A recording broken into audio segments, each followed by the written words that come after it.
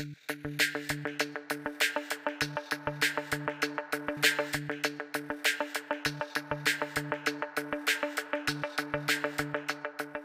it sometimes trips me out when I meet two people who otherwise have a very similar background, might be from the same industry, and they ask me how to be successful. And typically they'll ask me, what marketing strategies do I need to be good at fill in the blank, X, Y, and Z? Whether selling their widget or their information product or getting a group of people in front of them for a seminar. Now, I'll give both of those people the same advice. What stops one person from taking action and becoming successful, and what helps the other person completely dominate their market within the next few months and become super successful? So I realized there's a difference in how unsuccessful and successful people think.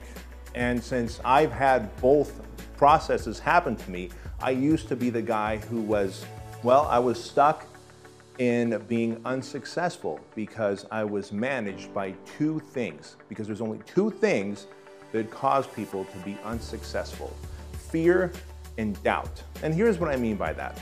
See, successful people, when they want to do something, if they don't know how to do that thing, they don't go, oh, well, I don't know how to do that, now I'll stop and go back to being unsuccessful. Instead, they either go buy the information, they find the information, they research for the information, they become good at it. They become the expert at that thing and apply that information until they get their desired outcome. See, unsuccessful people say, well, all right, I want to write a book. And they realize, gee, I don't know how to submit a manuscript to a publisher. Well, can't write a book. If I can't submit a manuscript to a publisher, I can't write a book. And they stop and they stay unsuccessful. The successful person says, I want to write a book. Gee, I don't know how to submit a manuscript to a publisher. They might do a Google search. They might go to Barnes & Noble and buy a book on how to submit to publishers. They might contact 5 or 10 publishing companies and ask them, what is the best, most effective way to submit a manuscript to you guys to increase my chances of getting published? And they may get rejected 9 out of 10 times. But until they get the answer that they want, they don't quit. See, it's fear and doubt. Fear of the unknown and doubt of yourself, right? Doubting your abilities and your capabilities to be able to take on new knowledge, absorb it, take action, right? I mean, you gotta have some balls to be able to do that. I mean, let's be honest here. Anytime you don't know something and you have to learn something new, well, learning it is one thing. Applying it and taking action to it is a whole other thing. And if you have self-doubt, if you don't believe that you deserve it, if you don't believe that you're worth it, you're gonna stop right there before ever executing it. I mean, think about it. How many people do you know who are full of useless knowledge? Only reason it's useless knowledge is because they have yet to take action on it. As soon as they took action on it, they'd make more money, they'd be more successful, they'd help more people, and we'd have a better society. But instead, they doubt themselves and they doubt their abilities and capabilities and they stop.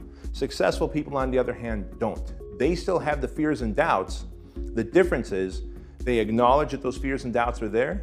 They realize that they were meant to be successful. They have self-esteem, and they move on to that next step of not only gathering the information and knowing it, but also doing something about it.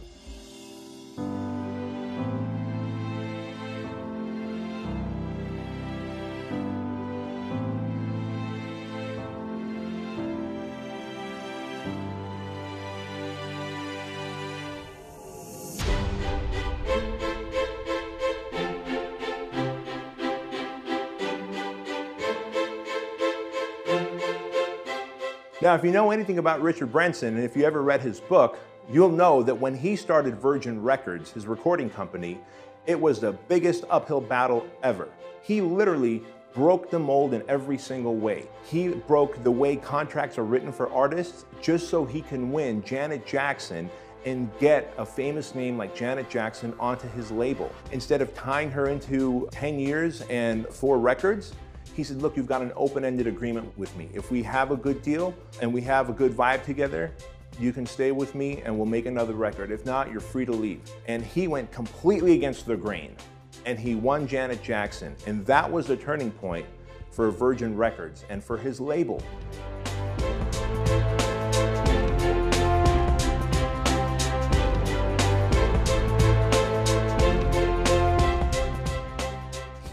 what he had to do, and he took action even though he knew that his odds of failure were great.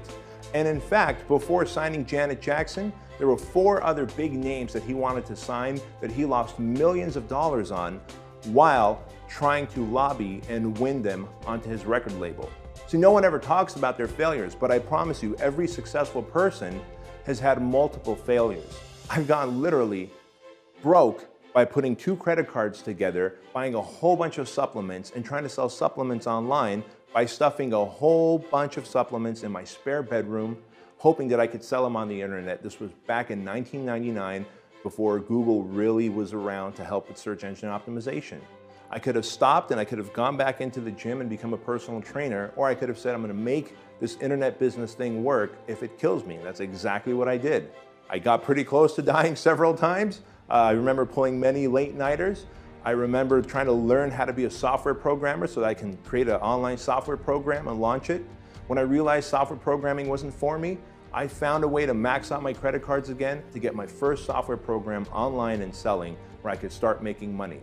So understand that if you don't have the capabilities, you could buy it, you can seek it out, you could get that knowledge from a bookstore, from the internet, from a mentor somewhere. But once you get that knowledge, man, you've got to do something with it. You got to take action. And when you fail, and you will fail, the road to success means that you've got to get back up and take action again until you find the thing that works. And that is the only difference between how successful people think and how unsuccessful people think.